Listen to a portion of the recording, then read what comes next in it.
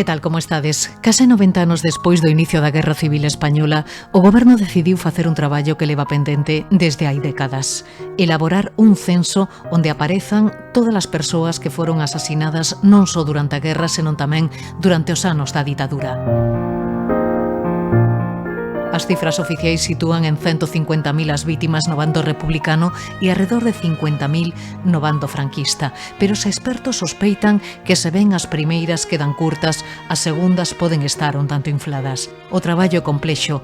A fronte del sitúanse os membros do grupo Istagra da USC que tentarán exportar ao resto do Estado o traballo que levan anos desenvolvendo aquí e que comezou hai case 2 décadas atrás a través do ambicioso proxecto Nomes e Voces que tan importante está sendo para reconstruir unha memoria que durante anos chegou a nós un tanto desdebuxada.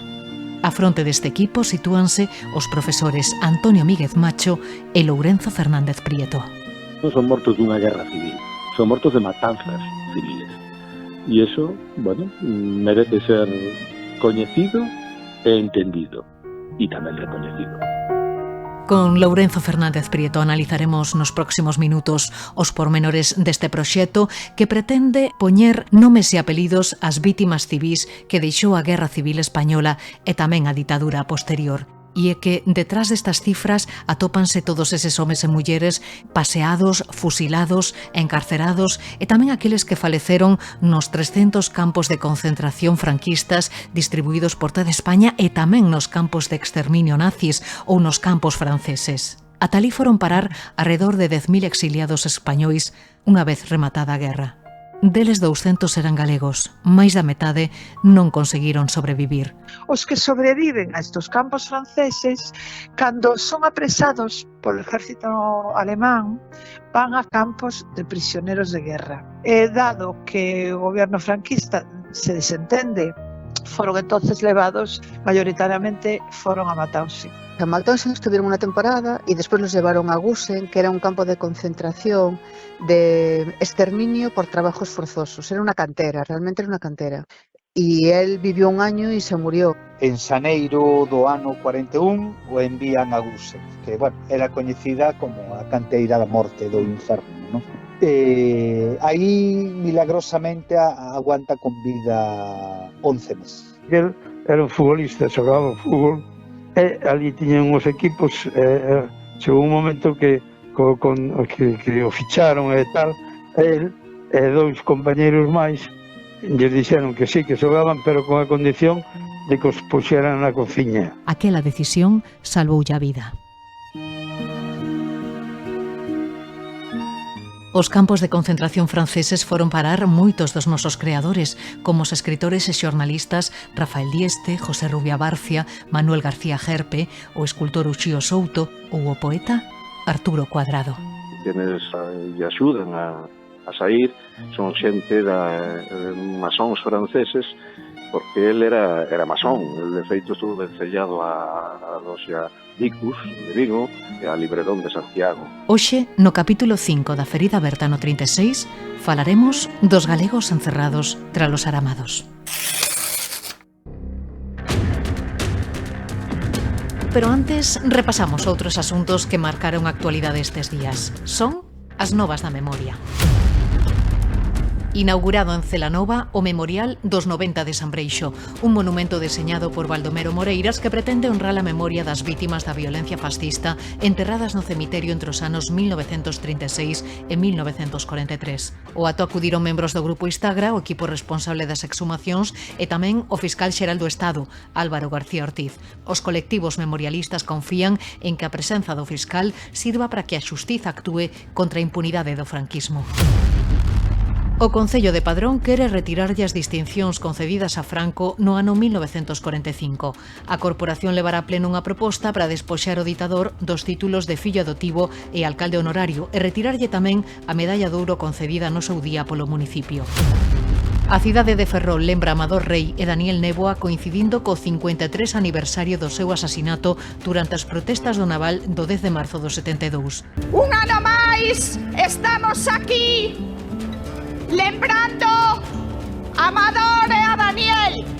Hai que recuperar, manter e transmitir a memoria histórica. Nós queremos que o 10 de marzo sirva para reafirmar o noso modelo sindical de confrontación. Os dereitos conquístanse loitando. Luis Seoane é o autor homenaxeado este ano pola Real Academia co gallo do Día da Poesía.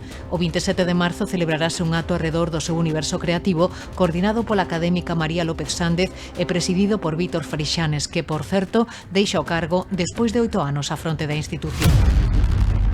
Rexistrada no Parlamento unha iniciativa legislativa popular na que reclaman o dereito do pobo galego a coñecer a multifacética obra de Castelao. Os seus asinantes denuncian o escaso grau de difusión da actuación política do intelectual de Rianxo. Hai 10 anos a Cámara rexeitou unha iniciativa similar cos votos negativos do Partido Popular. Por certo, co gallo do ano Castelao, queremos achegarvos unha actividade dirixida aos máis pequenos da casa. En Lugo, os nenos e nenas de sexto de primaria terán que ser detectives literarios por un día se queren resolver un escape room sobre Castelao que se está facendo na Biblioteca Pública da cidade. Sabemos do poderoso do xogo como ferramenta pedagóxica, non? E pareceunos moi boa idea pois que fomentar o coñecemento de Castelao pois xogando. A ferida aberta no 36. Un podcast de Nuria López.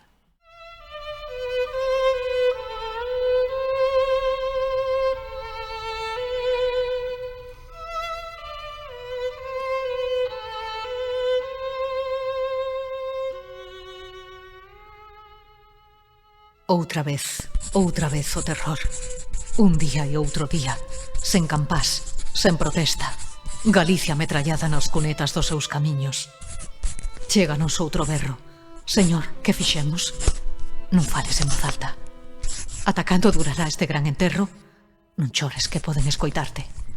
Hoxe non choran máis que os que aman a Galicia. Os milleiros de horas, de séculos que fixeran falla para faguer un home. Teñen que encher as cunetas.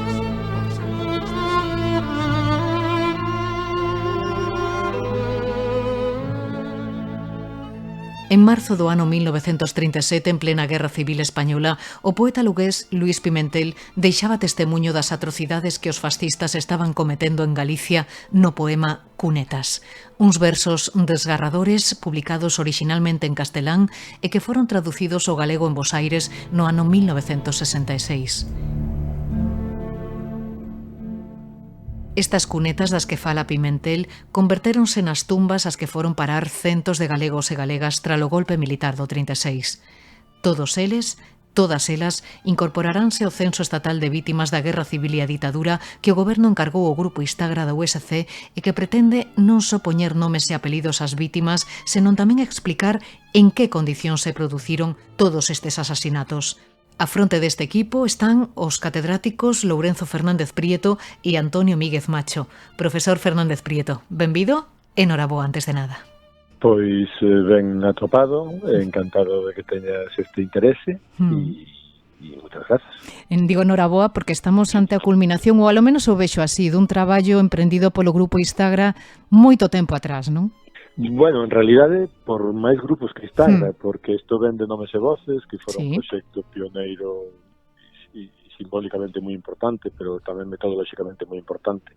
En Galicia de aí 18 anos, e ali estábamos as 3 universidades, estábamos colegas do noso departamento, da Universidade de Vigo, da Universidade da Coruña, xente do mundo asociativo e de investigadores independentes como Dionisio Pereira. E fora un proxecto moi novedoso, moi participativo, moi ben levado, e 18 anos despois, pois parece que nos chaman en virtude de toda esa experiencia que é de Instagra e de moitos máis, non? Tratase un pouco de continuar ese proxecto, non? De facer un rexistro das vítimas da guerra, non? En realidade, trátase de extender ese modelo para o conxunto do Estado e de facelo para todo o período que vai desde o golpe de xullo do 36 ata o final da dictadura. Poñamos donde poñamos o final da dictadura, que seguramente habería que situalo nas eleccións do 77. O período analizado en principio sería a guerra e despois ir prolongando paseniñamente, non? Sí, a ver, é que a experiencia nos dice que o asunto é complexo, que, en fin, que non non se poden atar os cascos con longaínza, que hai que ir paso a paso, que esa experiencia que temos de Noves e Voces, e o que facemos é volcala aquí con esa prudencia. Podemos traballar sobre 36-39, chegar hasta o medio do 39, e na última parte destes 2 anos o que vamos a facer é un diseño de como sería continuar unha vez que coñezamos o terreo do 39 ao 42, ¿no? Incluído. Non sei se podemos explicar como se vai artellar, que idea teñen na cabeza. A ver, o primeiro é que temos que, bueno, levamos 12 meses definindo o proxecto, equipo, as necesidades, as colaboracións. Eso xa a idea de que é un pouco complexo, e tamén moi ilusionante, pero moi complexo metodolóxicamente e desde o punto de vista técnico, non? Entón, o que vamos a facer primeiro, xa fixemos previamente unha especie de cartografiado rápido, pero temos que facer un cartografiado de todas as bases de datos que existen neste momento no Estado español para 1936-1939, chegando case a 40. Porque hai unhas que son provinciais, unhas que son de un tipo de mortos, outras que son de outro tipo de mortos, podemos entrar nesa hora se queres, sí. Outras que teñen que ver con campos de concentración, e mortos en campos de concentración en Europa. Se nos introducen preguntas que ainda non temos a pregunta pero non sabemos como resolvela, e logo que todas están en formatos diferentes, temos que validalas. Hai provincias para as que hai moi poucos datos, por outra parte. Entón, bueno, o cartografiado nos obriga a nos primeiros meses poñer en claro todo isto, e logo temos que facer compatibles e validar os datos que hai, facer compatibles uns con outros e completar aqueles que non temos, porque hai unhas cantas provincias, creo recordar que eran 12 ou 13, onde os datos disponibles son realmente escasos, fragmentarios ou inexistentes, non? Claro, se o comparamos co conxunto do Estado, en Galicia temos os deberes feitos. Témolos bastante feitos. Nós sempre decimos que todos os que están na base de datos son, pero non todos os que foron están, non? Ainda nos falta información e aparecen datos novos todo o tempo, porque os rastros da matanza tamén foron desaparecendo co tempo e co interés dos que a perpetraron. Eso non podemos esquecelo nunca. Claro. Entón, bueno, e logo temos outro reto que é metodolóxico e é de que tipo de mortos estamos falando. Non estamos falando dos mortos na guerra. En combate. Estamos falando, que foron en combate. Claro, non falamos dos mortos na trincheira, nin falamos dos mortos no frente naval, nin falamos dos mortos na frente aérea, porque tamén están estudiados os bombardeos. Nos falamos daqueles que foron asesinados, ¿no? E dentro deso, pois, planteo estes días sempre a mesma paradoxa, para que se entenda. Ninguén ten dúbida de que hai que incluir aquí, e temos o censo feito, está bastante ben elaborado, os datos dos republicanos mortos nos campos de concentración nazis, pero os que morreron nas cadeas e nos campos de concentración da dictadura tamén se inclúen, polo menos no período da Segunda Guerra Mundial ou hasta 1943. Bueno, pois sobre isto hai incluso polémicas recentes. Bueno, tenemos que dar conta desta pregunta e veremos cal pode ser a resposta, ¿no? Que sexa coherente tamén co resto da resposta. Claro, desde logo teñen por diante un traballo ímprobo. Canta xente vai traballar neste proxecto, Lourenzo? Bueno, pois cando fixemos Nomes e Voces, ao final, ao rematar o proxecto, fixemos a conta e en datos, digamos, de investigador persoa mes en diñeiro, traballamos 42 anos, ¿no? Sin vacación. Sí. Foi unha persoa traballando 42 anos. Neste caso, os recursos que temos son para unha persoa que traballe máis ou menos 25. E eso nos leva pois, a un grupo de unhas 5 persoas que van a estar traballando con nós, algún doutor xa experto no asunto, algunha doutora en concreto, e algúns estudantes que están facendo a tese que tamén teñen xa un certo recorrido, porque non se pode improvisar, claro. ¿No? E logo estamos, pois, Antonio Víguez e máis eu, varios colegas máis do grupo, vamos a crear un equipo de asesoramento e de discusión, porque hai que ir perfilando os datos que atopemos e facéndonos, digamos, reaxuste sobre a marcha no que estarán pois outros colegas do Departamento de Historia da Facultade e da Facultade de Ourense e tamén outros colegas do resto do Estado, non? Porque, bueno, non solamente necesitamos facer o traballo, tamén necesitamos responder as preguntas que vamos ir atopando, esa experiencia que temos de nomes e voces. ¿No? Por que é tan importante ter este censo? Pois é importante porque coñecer o pasado é importante. E se non coñecemos o pasado cando é incómodo, cando atinxe a matanzas e a procesos de violencia masiva, non vou repetir esa frase tan manida de que podemos repetilo. Nunca se repite o pasado, nunca da mesma forma. O que ocurre é que o pasado é utilizado. É utilizado como relato político, é utilizado para o debate político, é utilizado para ser manipulado, como está sendo neste momento, como foi sempre. E por iso é importante que o pasado, ademais de ser memoria fragmentaria, ademais de ser memorias en disputa, porque según quen ten memorias diferentes, ten que ser tamén coñecemento, digamos, verosímil, coñecemento plausible, coñecemento que poida ser discutido, e con todo eso, do que se trata, e iso que pide a lei tamén, a lei de memoria democrática, do que se trata de construir unha memoria democrática para a sociedade de hoxe e do futuro, unha memoria democrática respecto daquel pasado, ¿no? Pero que queremos construir e que se debe construir non en base a relatos ficticios, sino en base a relatos a coñecementos contrastados, ¿no? Que construan, efectivamente, nun proceso que además é dialogado. Non todo o mundo ten por que estar de acordo. Os datos deben de ser sometidos a escrutinio, merecen ser discutidos, ademais, ¿no? E iso é un proceso que é académico, que é investigador, pero que tamén é social. E entendemos que así debe ser, ¿no? E axudar a escribir un capítulo de historia que posiblemente ata agora se nos deu sesgado, ¿no?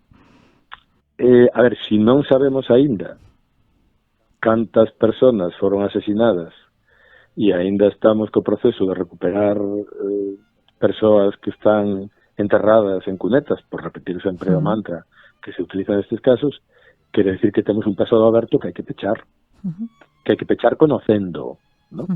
O cal non quere decir que deixemos de discutilo ou deixemos de opinar sobre él, pero nós non falamos de opinión, nos falamos da verosimilitude de en que consiste ese pasado.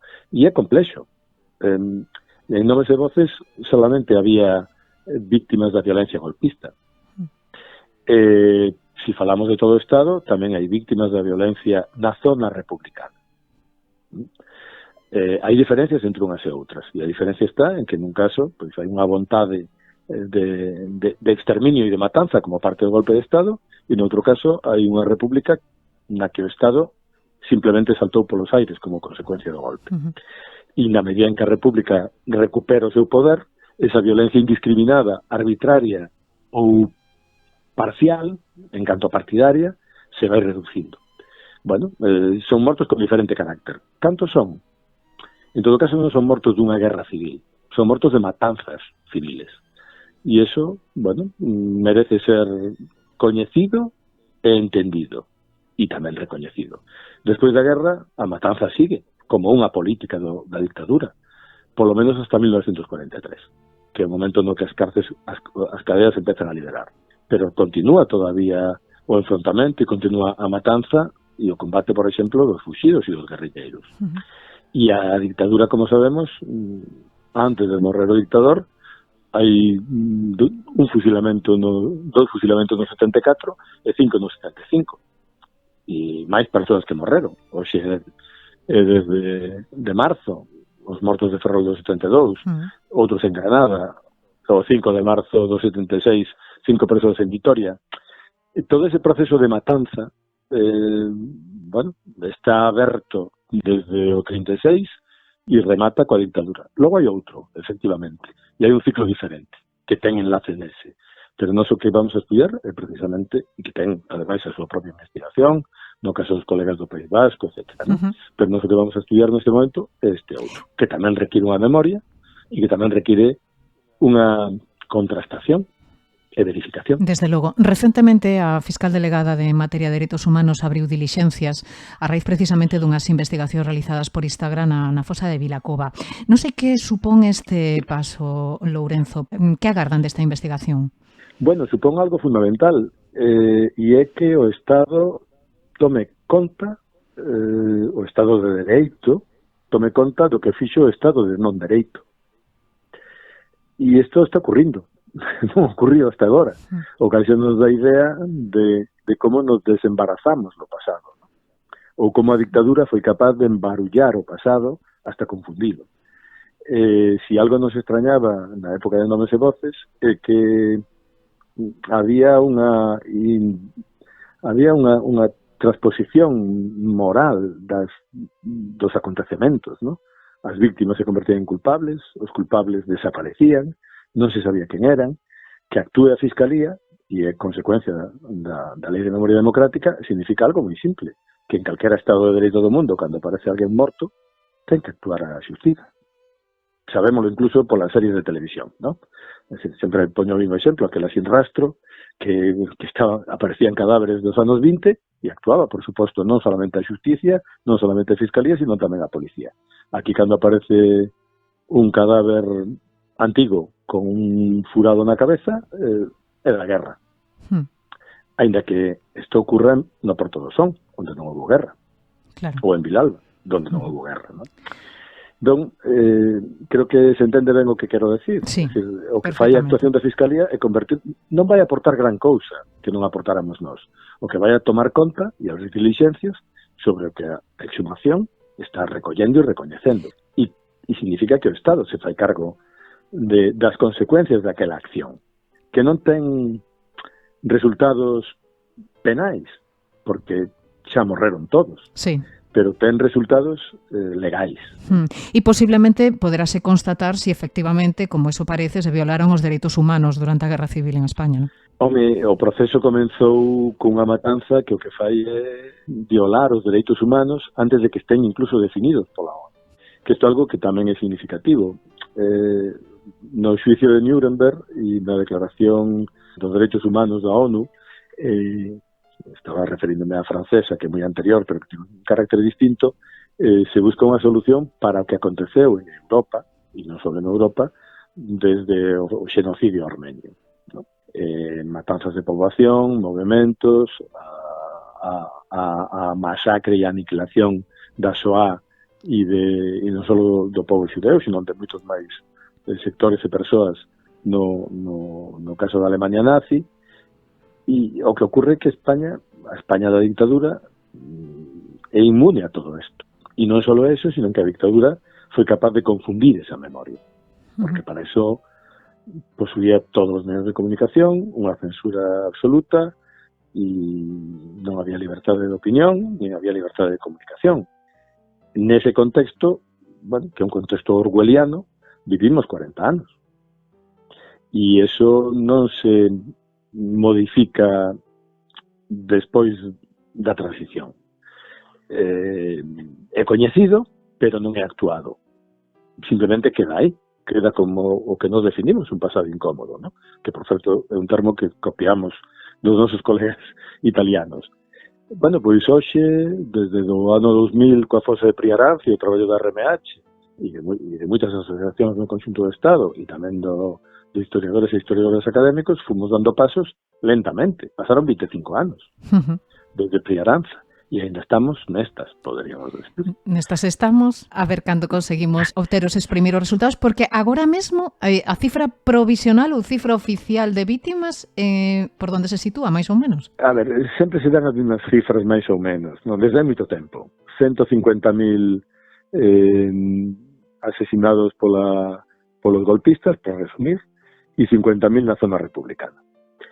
Normalmente a primeira cifra todo indica polos resultados parciais que é máis amplia, e a segunda todo indica que está sobreestimada.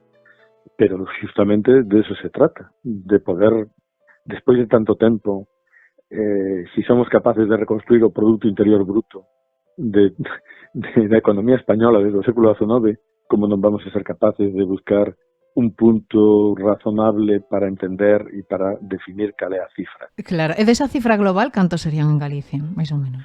Bueno, neste momento o que nos temos son ronda os 5.000, que é o mesmo número de Navarra. O que pasa é que aquí este proxecto nos permite, igual que o anterior, saber moitas máis cousas que os números, non? Como decía antes, nos obriga a volver ás fontes. Por certo, utilizaremos seguramente inteligencia artificial de algúns colegas cataláns, traballaremos dunha forma moi complexa con bases de datos informatizadas, pero tamén temos que traballar directamente coas fontes, con toda a tecnoloxía disponible, ¿no? E farémonos novas preguntas e intentaremos atopar novas respostas. Porque a pregunta non é somente cantos foron, senón porque tuveron que matalos. Supoño que neste proxecto un dos principais inimigos é o paso do tempo, non? Bueno, o paso do tempo para os historiadores non é problema.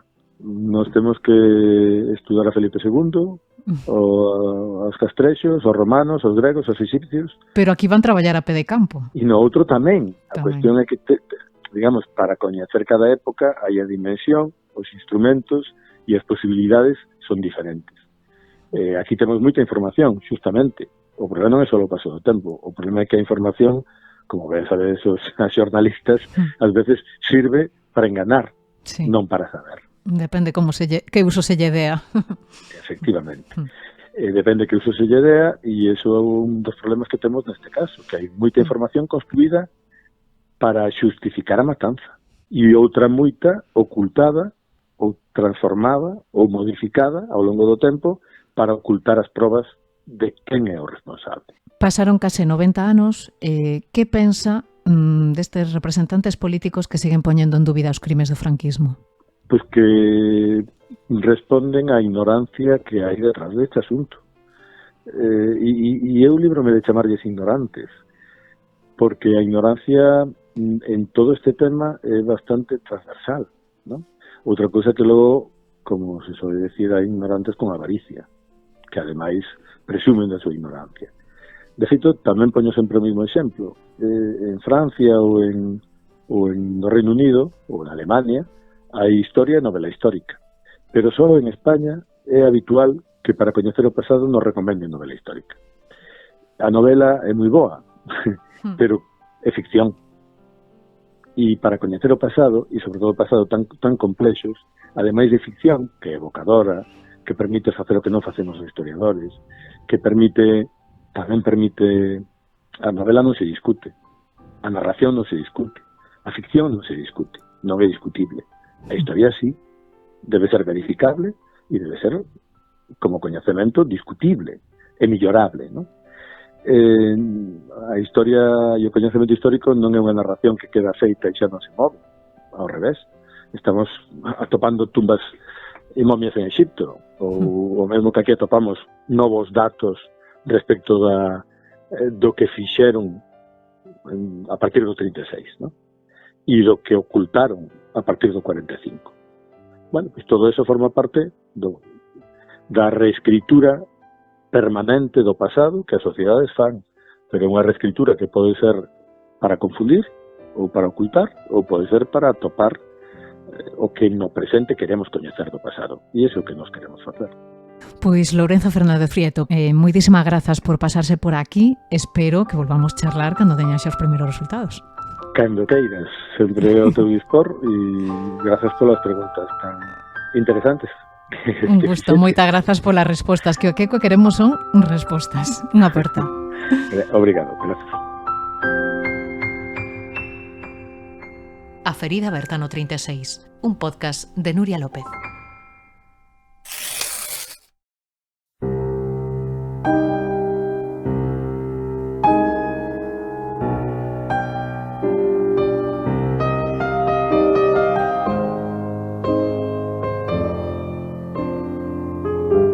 Non podo disipar esa visión do panorama dantesco dos campos de concentración. É un pesadelo que levarei en riba como algo imborrable.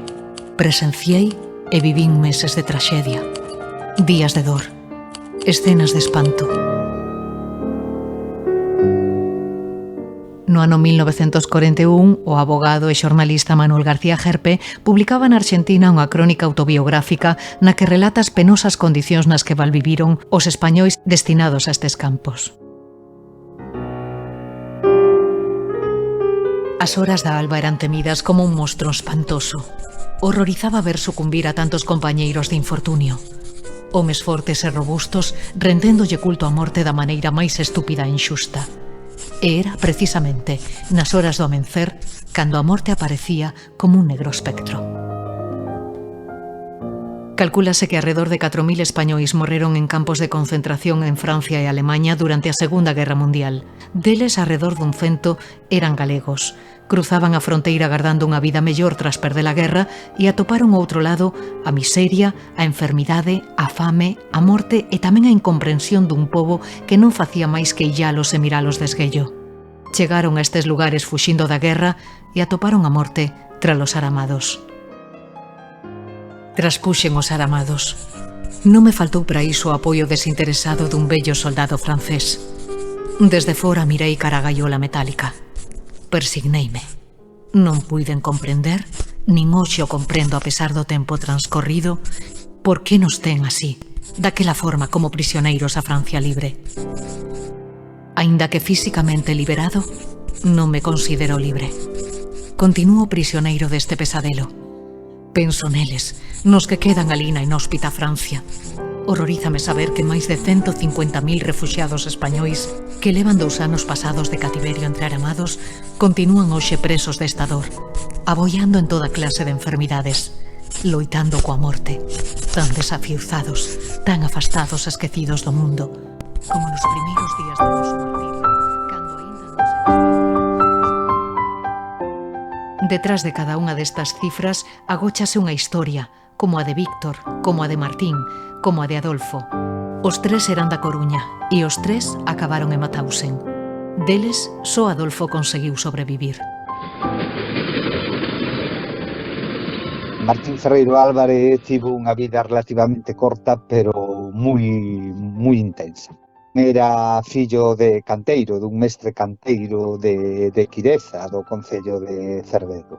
El chegou aquí a Coruña aproximadamente con 20 e tantos anos para traballar como mestre de obras e despois como promotor de obra civil. Coñeceu a súa dona, a miña avoa Palmira Ramil Medín, casaron e tiveron 5 fillos. Quen fala é José Luis Alamán, o neto do concelleiro do Partido Republicano Radical Socialista da Coruña, Martín Ferreiro Álvarez. Martín desembarcou na política coa chegada da Segunda República e 1001 proxectos por facer. Eu penso que estaba moi agradecido a Coruña e quería devolverlle a Coruña todo o que lle había dado. Foi socio do Casino Republicano, se presentou ás primeiras eleccións no Partido Radical Socialista, con resultados espectaculares. Foron elexidos 34 concelleiros republicanos e 5 monárquicos. Unha das súas cartas que le escribe a súa irmá, a seu cuñado, relata un pouco aquela escena na que saen do Casino Republicano ás 4:30 da tarde, camiño ao concello, entre vivas a República. Lles conta que viron como a Garda Municipal se acercaba a eles, pensando que os iban a parar. Era todo o contrario, iban a acompañalos ata o concello para que tomaran posesión dos seus cargos.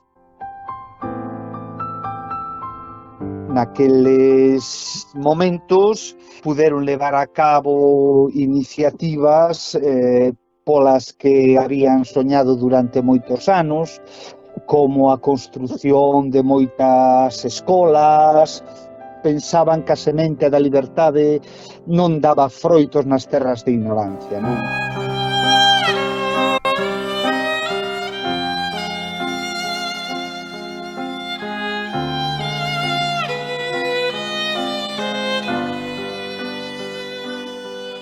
Pero todos estes proxectos desfixéronse co estourido da Guerra Civil. Tras o fusilamento no campo da Rata do alcalde republicano da Coruña Alfredo Suárez Ferrín, Martín decide fuxir disfrazándose de falanxista. É o irmán Antonio que o disfraza con unha camisa azul para fuxir.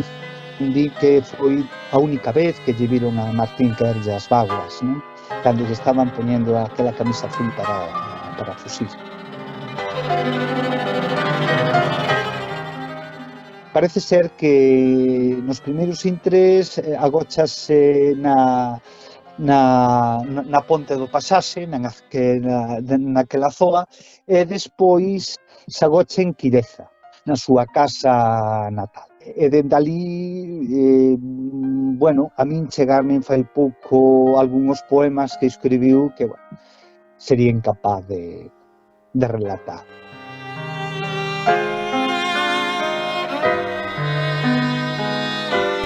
Empezaron polo barrio ao nel non aparecer. Foron á leira de Antonio, como xa habíamos supoñer. Despregaron as súas forzas en grupos para darme caza. Dixéronlle a Antonio, vostede de el diga, pero señor, si yo non lo sé. O meu neno pequeno mostrando dous duros, para ti se nos dis onde está.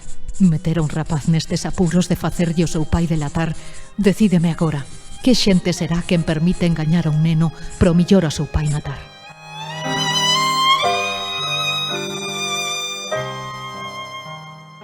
Cando consegue burlar os fascistas, marcha primeiro a Portugal e de aí a Francia.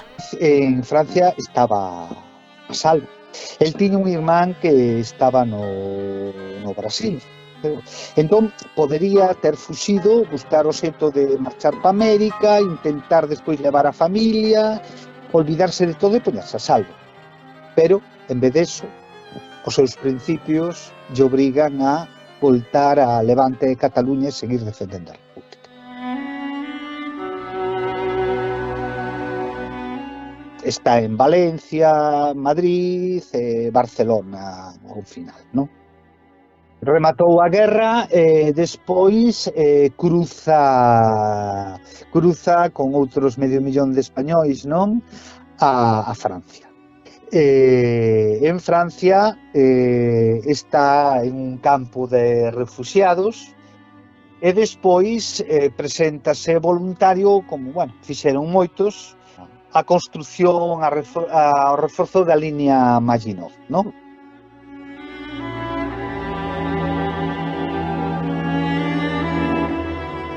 En Francia, Martín vai parar ao campo de San Ciprián e intégrase nas compañías de traballadores estranxeiros.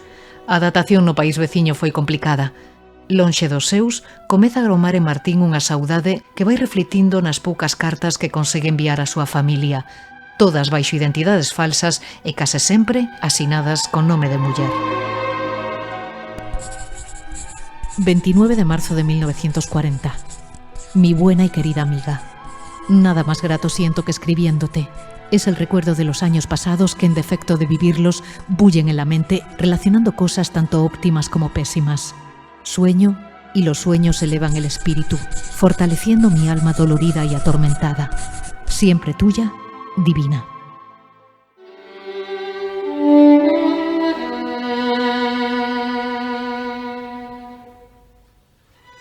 Apenas 4 meses despois desta carta, Martín Ferreiro é capturado e enviado a un campo de prisioneiros situado preto de Estrasburgo. En decembro do ano 1940 envían a Mauthausen e de alí ao subcampo de exterminio de Gusen, onde sobrevive en condicións extremas e traballos forzados apenas 11 meses. Milagrosamente aguanta con vida 11 meses. Parece ser que a media de supervivencia andaba entre 3 e 6 meses.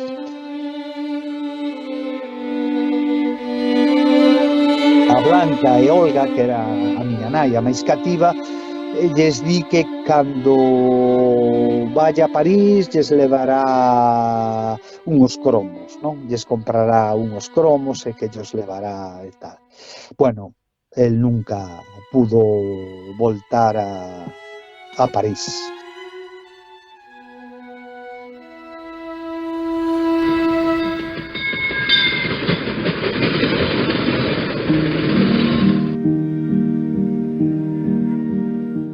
tamén no campo de exterminio de Gusen morre durante a Segunda Guerra Mundial o leonés afincado na Coruña Vítor San Miguel. Ferroviario de profesión, fuxiu a Francia tras rematar a Guerra Civil, pero ali nada saiu como agardaba. A súa sobriña neta, Ana San Miguel, achéganos a súa historia. Pues Vítor San Miguel era el hermano pequeño de mi abuelo. Era ferroviario, al igual que mi abuelo y que su padre, y era republicano. Yo no sé si estaba afiliado a algún sindicato. Exactamente por qué se fue no lo sabemos, pero intuimos que por motivos políticos, porque él vivía en la casa familiar y desahogadamente, porque tanto él como mi abuelo eran factores de Renfe, con lo cual no se fue por motivos económicos ni nada por el estilo, sería más bien por motivos políticos. No ano 1939, ao perder a guerra, Vítor marchou a Francia. Traballou na liña Maginot e uniuse á resistencia francesa. Pero cando os nazis invadiron Francia, metérono nun tren e enviárono a Mauthausen, onde chegou o 27 de xaneiro do ano 1941. Escapó de España, intuimos que debía de tener sobre 26 años, por ahí más o menos. Él estaba en la línea Maginot, con la resistencia francesa, y al igual que otros compañeros de aquí de Coruña, vamos. Y el problema fue cuando los nazis invadieron Francia, claro. O sea, escaparon de España buscando un poco más de tranquilidad y fue peor, ¿no? Porque los nazis cuando invadieron Francia, a toda esta gente que vivía en campos de refugiados se los llevaron para Alemania. Durante os 11 meses nos que Vítor estivo recluído no campo de exterminio de Mauthausen, a súa familia non soubo nada del. En Mauthausen estuvieron una temporada y después los llevaron a Gusen, que era un campo de concentración, de exterminio por trabajos forzosos. Era una cantera, realmente era una cantera. Y bueno, con condiciones infrahumanas, claro, con hambre, con frío, con enfermedades. Y él vivió un año y se murió.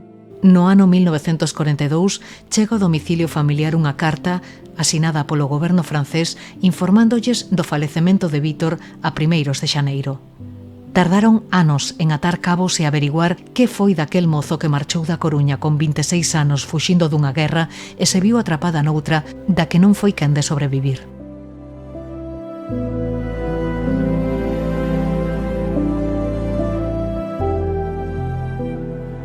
Calcúlase que alo menos 6 de cada 10 españois que foron parar a campos de concentración non conseguiron sobrevivir. Outros, como Adolfo, viviron para contalo. Aínda que pareza mentira, o fútbol salvoulle a vida.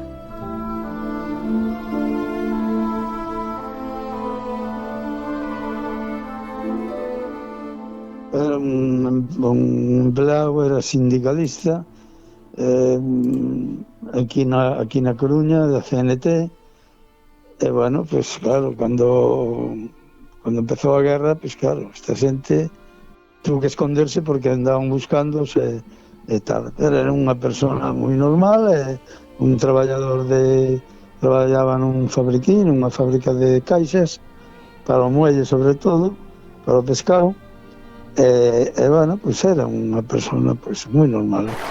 Ángel Vázquez lembra con admiración o seu tío Adolfo. Sindicalista da CNT, estivo agochado tras a sublevación buscando a forma de sair do país. Tentouno ata en 3 ocasións e emprendeu o camiño cara a Francia. El se escondeu na casa de unha avoa e bueno, pues estuvo intentando marchar de España, precisamente porque andaba a policía polo barrio onde estaba ele escondido e non pudo salir, tardou máis tal. Pero resulta que cando chegou ali ou xa non chegou, se deu conta de que xa habían atrapado os seus compañeros que se iban a escapar, e ao día siguiente apareceron mortos ali, o sea, asesinados no tal. E el volveu outra vez para casa, o sea, que incluso pues, a policía pues, lle pudo salvar a vida por ese motivo, ¿no? Calculo que estaría sobre un ano máis ou menos entre as dúas veces que se quería, hasta que lograron coller un barco aquí na Torre de Hércules se foron a Asturias, e de Asturias parece ser colleron o barco e en alta mar o recolleu un carguero ruso e os levou a Francia.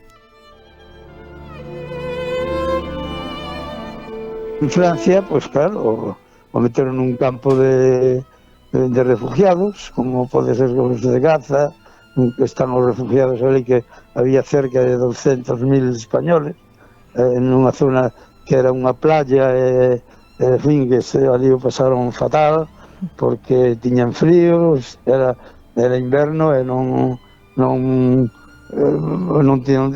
estaban con unhas tendas de campaña moi rudimentarias, incluso tiñan que cavar fosas na playa para guarnecerse do frío, en fin, pasaron fatal.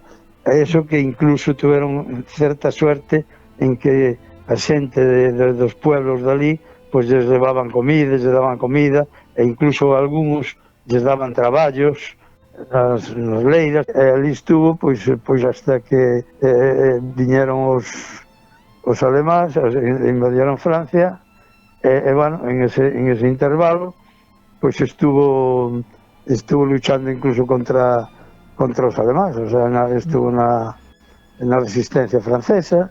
Ao final o colleron e ao final terminou en Mauthausen.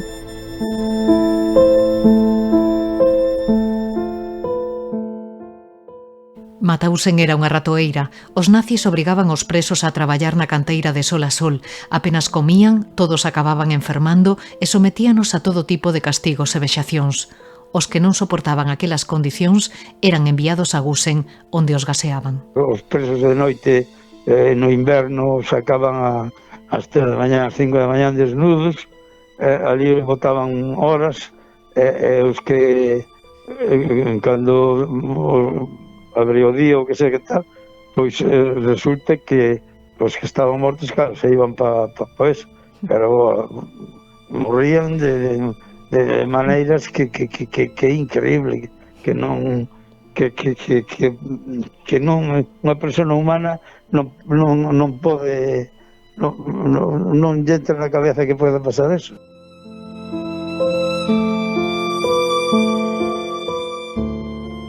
Había xente que non aguantaban, e hubo unha serie deles que se botaron. Bueno, pois esta xente, incluso non sei cantas personas se botaron contra as alambradas porque non aguantaban. Adolfo conseguiu salvarse grazas á súa destreza co balón. Pediu que o sacaran da canteira e o trasladaran ás cociñas coa excusa de estar forte e saudable para poder xogar ben o fútbol, un espectáculo do que gozaban os nazis. Aquela decisión salvoulle a vida. El era un futbolista, xogaba o fútbol, e ali tiñan os equipos, chegou un momento que o ficharon e tal, el e dous compañeiros máis lles dixeron que sí, que xogaban, pero con a condición de que os puxeran na cociña. Entonces na cociña, pois, como se pode imaginar pois polo menos comerían, non? Porque os compañeros del que axudou a moitos pasaban fatal, porque levaban as canteiras e non lles daban de comer prácticamente, lles daban unha sopa, en fin, morrían os que cando non podían, non valían para traballar nas canteiras, pois xa os levaban para Gusen, que ali é onde tiñan os crematorios, e onde facían experimentos, e onde facían cousas con eles, e así iban pasando, iban morrendo, e vendo morrer a xente que en fin, ali estuvo el hasta o ano 45, me parece que foi cando viñeron os americanos e tal.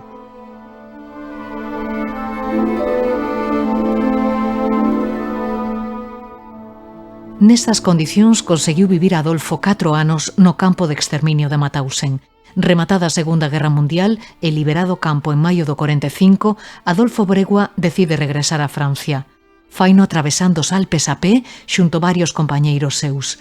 De alí trasládase a Brasil, onde viviu feliz ata o final da súa vida.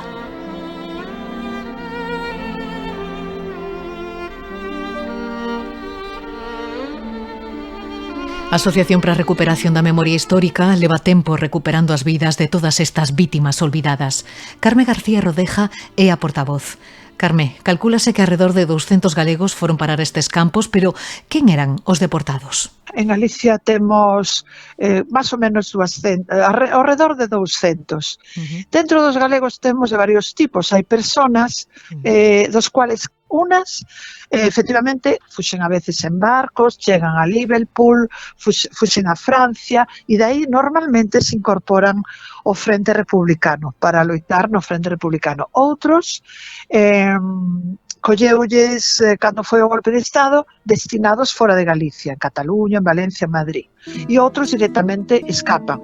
Entón, fundamentalmente, teñen que marchar. Están na zona republicana e cando cae, xa no momento en que cae Barcelona, teñen que marchar ao exilio. Unha vez no exilio, mayoritariamente están todos nos campos franceses, chamados campos de concentración, pero vamos a chamarlles campos franceses. Os que sobreviven a estos campos franceses incorpóranse á Segunda Guerra Mundial. Uns nos batallones de traballadores estranxeiros e outros no frente de batalla. Recordo a Fernández Louro, que parece que mandou unha carta dicindo que había máis avións no ceo que gaivotas na playa de Ézaro nun día de temporal, ¿no? Cando estaba falando dunha das grandes batallas do Atlántico. Por lo tanto, participaron nas batallas, participaron nas fortificacións, reconstruíron ciudades, reconstruíron camiños, estuveron en minas, etc. Cando son apresados polo ejército alemán, van a Frontstalags ou Stalags, que eran campos de prisioneros de guerra. Unha vez nestos campos de prisioneros de guerra, aí ven a cuestión, digamos, peliaguda, ¿no? Digamos. Nos campos de prisioneros de guerra, o goberno alemán, as autoridades alemanas, a través das embaixadas, preguntan ao goberno español que facer con estos españoles.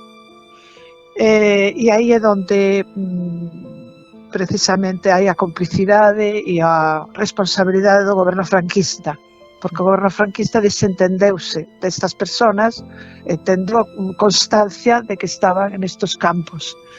Dado que o goberno franquista se desentende, non contesta as cartas a sabiendas de que do destino que lles esperaba, foron entonces levados mayoritariamente a Mauthausen, aunque estuveron en outros campos tamén, Sachsenhausen, bueno, moitos outros, mayoritariamente foron a Mauthausen. Algunos en aquel famoso convoi dos 927 con homes, mulleres e nenos, e outros en outro tipo de destinos. E daqueles 200 galegos que partiron cara a estes lugares, aproximadamente a metade atoparían a morte nestes sitios, non? O máis, 60 ou 70%, sí, 60 ou 70%. Eso é o que calculamos. Ahora mismo non teño listado, pero sí, máis da mitade. Ali non se aguantaba, porque Mauthausen era un campo que era un campo, digamos, de exterminio polo traballo. Era un campo de traballo. Entonces, había aquela canteira terrible de 500 escaleras, tiñan que traballar día e noite, pero claro, tiñan que traballar cando viñan en unhas condiciones moi lamentables, e logo ali peor, porque case non comían. Comían un pouco de pan e auga, é que non comían casi. Entonces, mal alimentados, non podían traballar. Os que xa se enfermaban, xa os levaban directamente para o Harting ou xa eran gaseados ali mismo. E outros, claro, a base de palizas, de golpes, de augas frías, de duchas, de maltratos. Morreron tamén moitos por este tipo de maltratos, de fame, de enfermedades. Algunos se tiraban as alambradas porque non podían soportalo. Os que sobreviviron, por exemplo, Bregua, claro, sobreviviu por sabía xogar ao fútbol. Como sabía xogar ao fútbol, pudo estar traballando na cociña.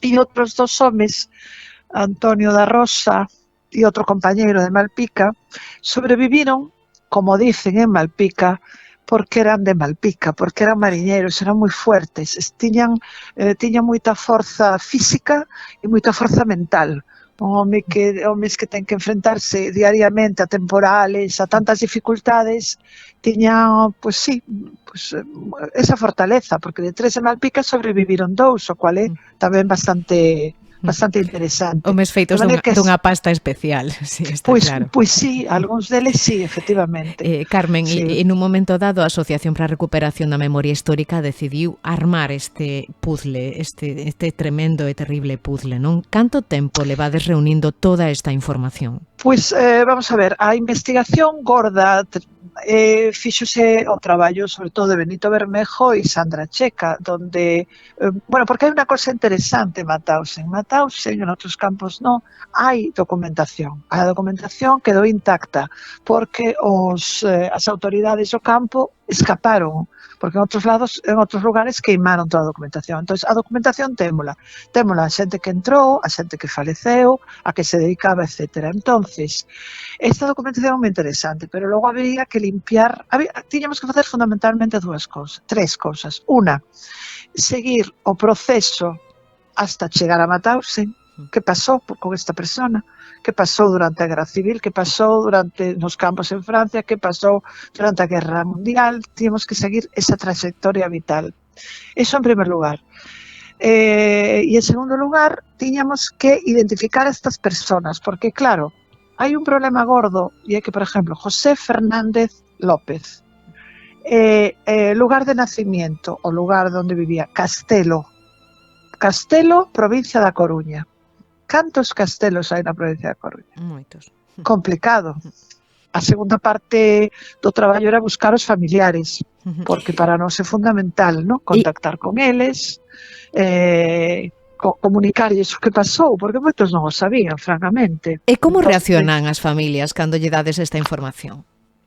Pois quedan abralladas, porque nas familias, por exemplo, a familiar de Adrián del Castillo, que buscábamos por arriba, por abaixo, a familia, non atopamos, fixemos árboles genealógicos, fuimos calle por calle, non atopábamos a familia, e resulta que unha señora paseaba un día pola calle e dice, mi tío, entón empezou a buscarnos e apareceu porque atopou a Stolperstein que colocáramos na calle de San Andrés.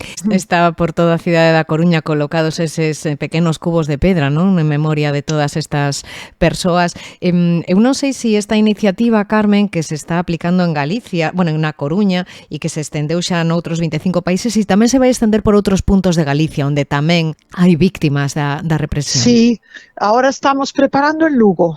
Estamos preparando en Lugo, na provincia de Lugo. Ahora o que fixemos foi centrarnos na Coruña, cos familiares, etc. Porque, a ver, para nós non é só colocar unha placa, contactar ca familia, divulgar, falar ca sociedade. Estamos facendo roteiros, estamos facendo información nos institutos, vamos con familiares para que conten a historia, que é moito máis viva, que o ves máis de primeira mão, non? Entonces a divulgación é super importante. Pois parabéns pola iniciativa, nos desde logo tamén intentaremos aportar o noso grao de area desde aquí, desde a Ferida Aberta no 36. Moitas gracias, un abrazo.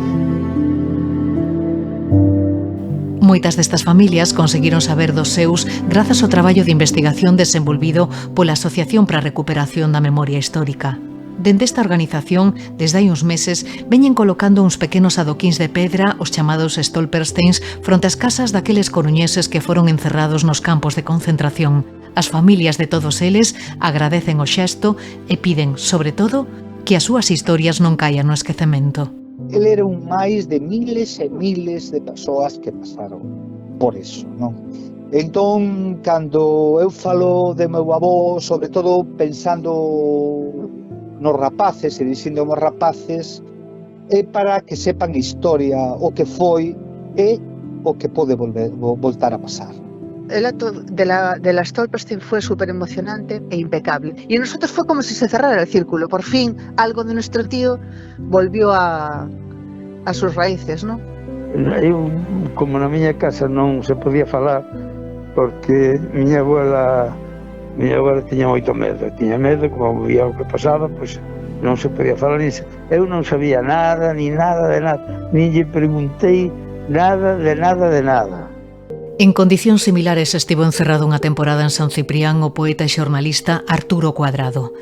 El, que traballara intensamente pola consecución dun estatuto de autonomía para Galicia, tras coñecer a derrota exíliase en Francia, onde a guerra cambiou o rumbo da historia e tamén da súa propia vida.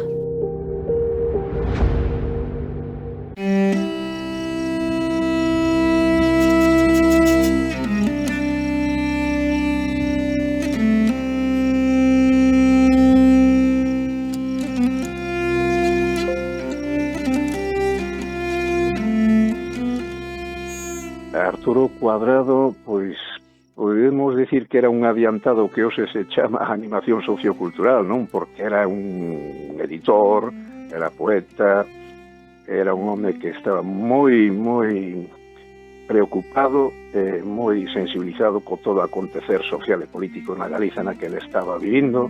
El era, era un home que, tiña unha voz poderosa, non? O sea, logo tiña, sabes estas persoas que parece que teñen un aura, non? Un aura así alrededor deles, como unha luz, unha luminiscencia.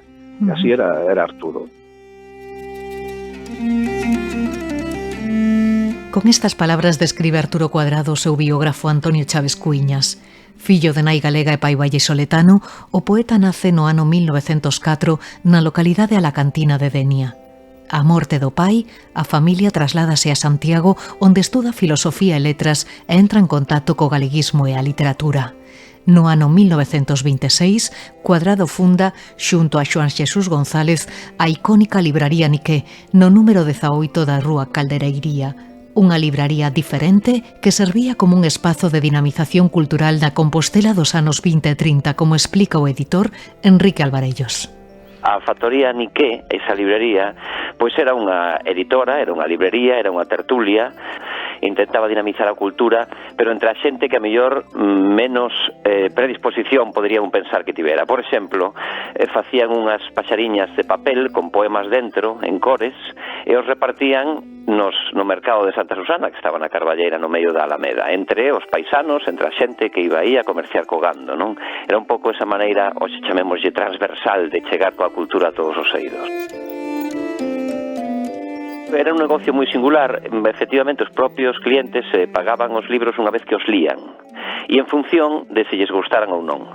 Ese era un sistema totalmente comunal ou cooperativo de repartirse as excelencias da cultura entre o que a comercializa e o que a recibe. Pero Niqué era moito máis que unha librería. Funcionaba tamén como editorial. Da súa imprenta saía a revista de poesía Resol, que se distribuía gratuitamente polas feiras co obxectivo de achegar a arte e a literatura a mariñeiros e campesinos. O proxecto completo que tiña en mente Cuadrado era Barraca Resol, e ele de feito fundou unha especie de que chamaríamos hoxe un stand que instalou no verán do ano 3 no campo do 33 no campo da feira de Santa Susana, e aí contiña obras pictóricas. Por exemplo, estaba Maside, estaba Colmeiro, Seoane, o escultor Eiroa, con esa mesma idea de espallar arte e cultura onde un menos o esperaría, que era unha feira de gando, non? Nas páxinas de Resol publicouse un dos 6 poemas galegos de Federico García Lorca. Na revista Resol está o poema O Madrigal da cidade de Santiago, que escribira Lorca en Lugo unhas semanas antes, na súa visita do 22 de novembro, e que publicou primeiro Ángel Fole na revista Yunque en Lugo, e despois, casi inmediatamente, na revista Resol, Arturo Cuadrado publicou ese poema a finais do ano 32.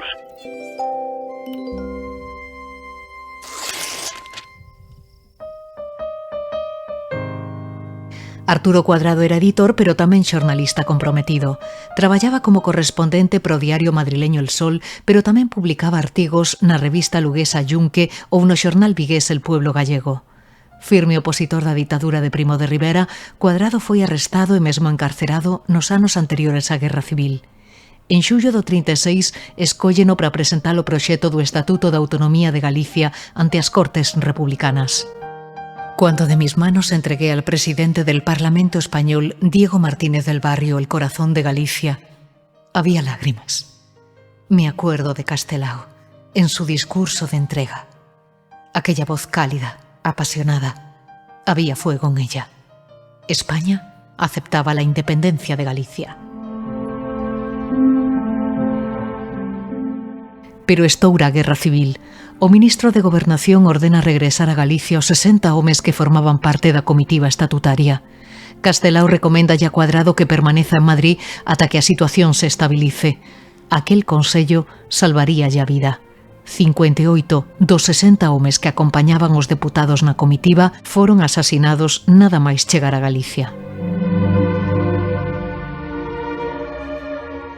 Eran asesinados de 3 en 3. Los detenidos, ellos no habían hecho nada malo, fríos y animados no dormían. Muchas noches jugaban al acertijo de saber quiénes formarían el turno primero. Y se juntaban los 3 presentidos que ensayaban actitudes y voces para el momento solemne. Así eran de hombres. Pero los señoritos, voluntarios del crimen, se presentaban en la cárcel cargados de armas distintas y con el rostro cubierto por negro antifaz. En Compostela, os golpistas inician unha campaña de persecución contra os promotores do estatuto. Saquean a súa casa, queiman a libraría Niqué e asasinan o seu socio e amigo Xoán Xesús González. Para Arturo foi un golpe inmenso, non? Foi unha das primeiras cousas cando eu lembro cando voltou a Galicia, falaba moito dele. O sea, para Arturo era como un irmán. Foron anos difíciles. O seu mundo desmoronábase como confesaría décadas despois o documentalista Xan Leira. Todo se perdió. Aquel sueño, aquella derrota, aquellos miles de muertos sirvieron a nosotros para darnos una conducta. A finais do ano 36, Arturo Cuadrado trasládase a Valencia seguindo os pasos do Goberno da República. Incorpórase ao gabinete de prensa do Ministerio de Gobernación. Alí edita o seu primeiro libro de poemas, o caderno Aviones. El 18 de julio. En la noche, desde muy cerca del cielo, el capitán piloto señala la orden de bombardeo. Un pueblecito tranquilo, una nube. Allí está el objetivo. Atención, descargad. Un arco de fuego desciende silbando. La casa se derrumba, se destrozan los árboles, y los hombres, y los niños, y una mujer, y una flor. Ruidos profundos, gritos profundos, un profundo dolor. É dolor. unha obra é moi curiosa, tanto que é a edición en sí, que precisamente na portada leva un dibuixo de Gaia, que é unha nai levando un neno nos brazos e correndo, non, para salvarse do bombardeo, e logo os poemas son poemas de versos longos, non, e é unha poesía de compromiso. De Valencia trasládase a Barcelona, onde dirixe El Combatiente del Este xunto a Otero Espasandín e Rafael Dieste. Funda a revista Nova Galiza. Teníamos que estar cumpliendo como soldados del mundo la difícil tarea de consolidar la paz y la libertad.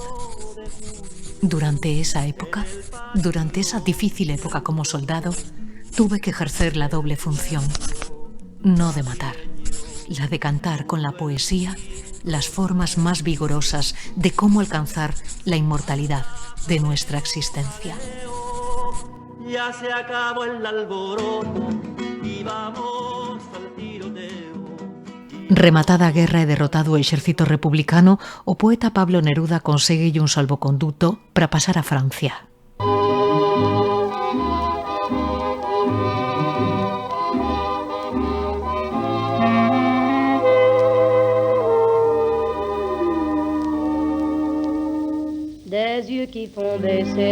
Cuadrado entra no país galo e vai parar o campo de concentración de San Ciprián, onde coincide con Lorenzo Varela e Rafael Dieste. Chega a Francia vai parar a un campo de concentración, donde curiosamente quienes lle axudan a sair son xente masóns franceses, porque él era masón. El de feito estuvo vencellado a Dosia Vicus de Vigo e a Libredón de Santiago. Tras ser liberado do campo polos masóns, Arturo Cuadrado embarca xunto a súa muller, a escritora Amparo Albajar, a bordo do Masilia. Comeza así o seu exilio na Arxentina. En Bos Aires o poeta tópase con vellos coñecidos. Edita 2 libros de poemas, dirixe durante décadas o Xornal Galiza e funda, xunto a Luis Seoane, as coleccións Camino de Santiago, Hórreo, Dorna e Pomba, as editoriais MC, Nova e Botella al Mar e a revista Correo Literario, onde escribirían Alberti, Ayala e Octavio Paz e onde publica o seu primeiro conto un descoñecido Julio Cortázar. Como editor a súa labor é inmensa, non só cos libros, sino tamén con unha tremenda revista literaria como foi o Correo Literario, no? Polo que Juan Ramón Jiménez quedou impresionado cando topou un exemplar e de inmediato lle expediu a colección completa.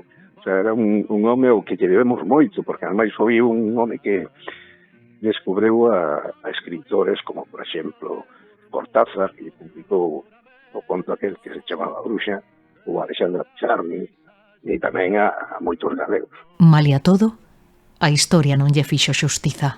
A él xusticia ninguna, non se lle fixo xusticia ninguna aquí en Galicia. Aquí queda, bueno, como moita xente de aqueles anos, a veces quedan 2 ou 3 nomes que solapan a outros. Arturo Cuadrado foi un gran editor e dinamizador cultural, pero hoxe, efectivamente, é un deses esquecidos. Durante o primeiro goberno de Perón, Cuadrado é perseguido e trasládase a Montevideo. A morte de Franco pensa en volver a Galicia, pero bótase atrás e continúa na Arxentina o seu traballo como editor ata os últimos días da súa vida. O poeta morre en Bos Aires no ano 1998 a idade de 93 anos. Non deixou nunca de crear nin de pensar en Galicia. Volver con la frente marchita, las nieves del tiempo platearon mi piel. Sentir que es un soplo la vida, que 20 años no es nada, que febril la mirada, errarte en las sombras te busca y te nombra. Vivir con el alma aferrada a un dulce recuerdo que lloro otra vez. A ferida aberta no 36, un podcast de Nuria López.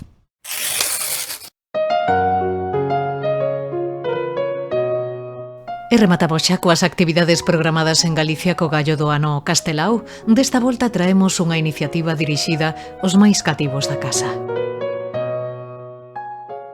A Xunta organizou en Lugo un escape room centrado na figura de Castelao. Está dirixido ao alumnado de sexto de primaria e estáse desenvolvendo na Biblioteca Pública desde o pasado 10 de marzo.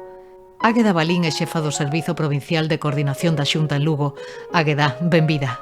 Hola, que tal? Contanos en que consiste o xogo. Pois mira, dende a Dirección Territorial de Cultura, Lingua e Xuventude de Lugo, pois estamos promovendo un proxecto que o que propón é unha experiencia inmersiva educativa pois para celebrar o ano Castelao. Combinamos o xogo e a literatura nun escape room que, bueno, non deixa de ser un xogo de pistas temático, non?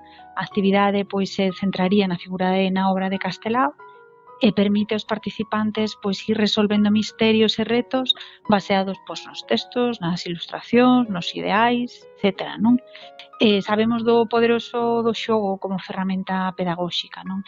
E pareceunos moi boa idea pois que fomentar o coñecemento de Castelao pois xogando, non só da súa traxectoria, non? Tamén pois conectar coa cultura galega pois desa forma máis interactiva, máis colaborativa, non sei, adentrarnos a ese universo de Castelao pois a través de ese xogo que además penso que é moi divertido porque os nenos e nenas pois convírtense en detectives literarios, non?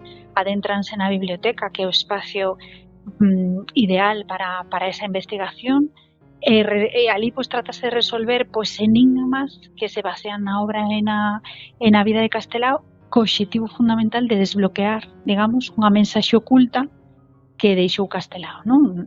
É dicir que antes de poñerse diante do escape, estes detectives literarios van ter que empaparse moito de Castelao, non? Bueno, cada un despois terá as súas estrategias. En principio sí que mantivemos, digamos, o obxectivo de que non facía falta coñecer a Castelao como requisito previo.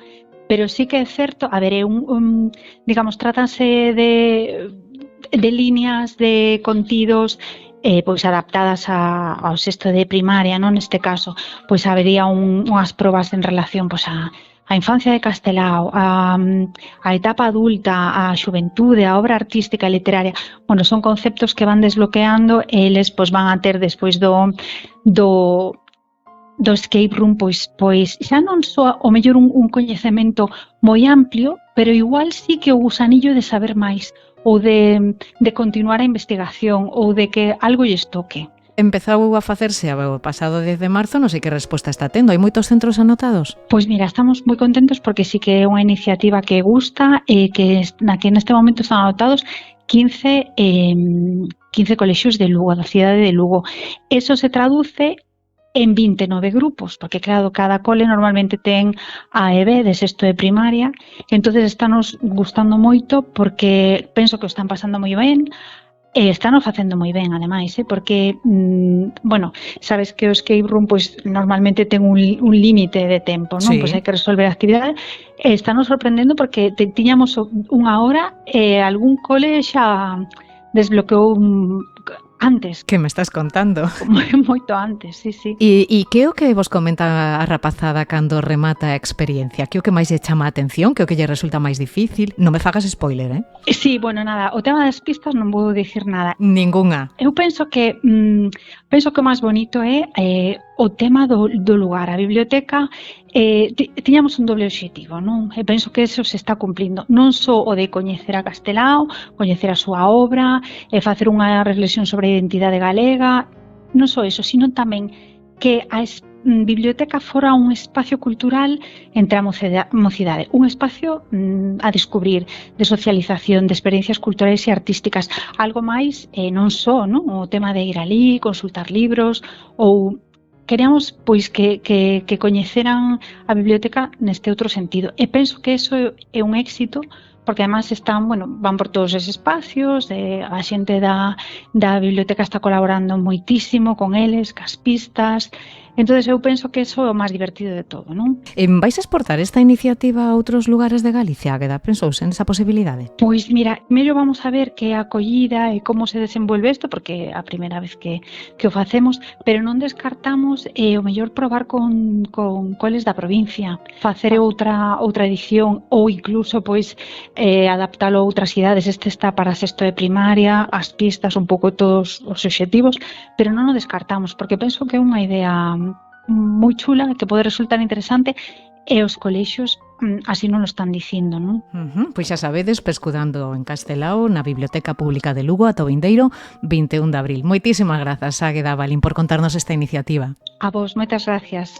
Moitas grazas, que a disfrutedes.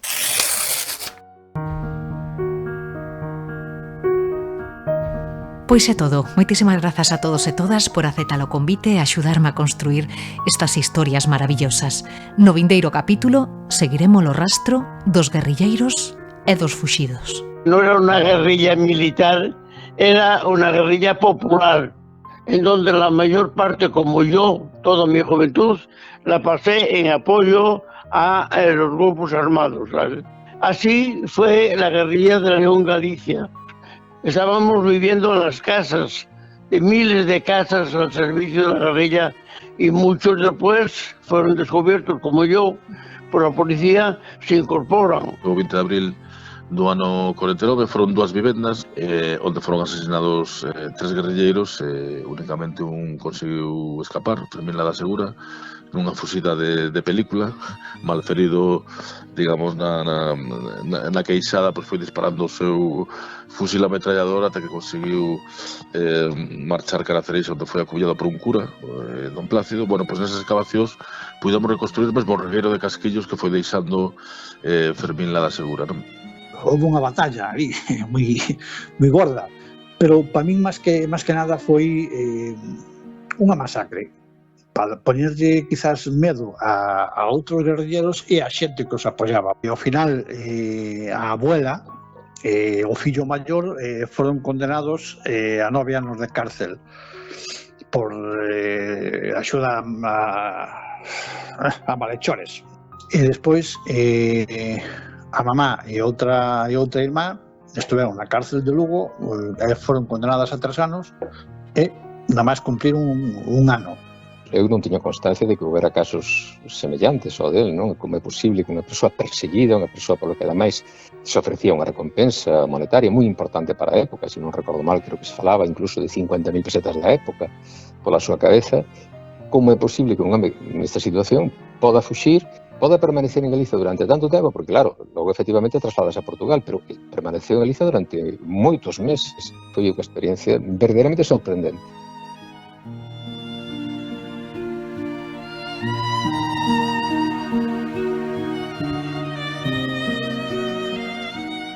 Máis nada, recibe un saúdo de Nuria López e lembra que se queres volver a escoitarnos, podes facelo na túa plataforma de audio favorita, Spotify, iBooks ou YouTube.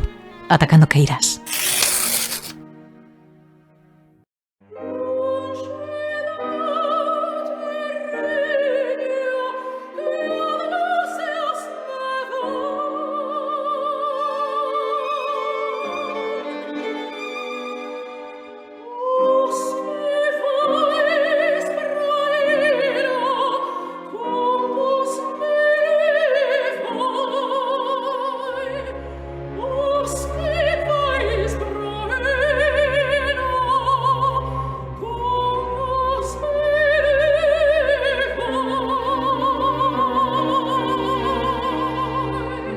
A ferida aberta no 36.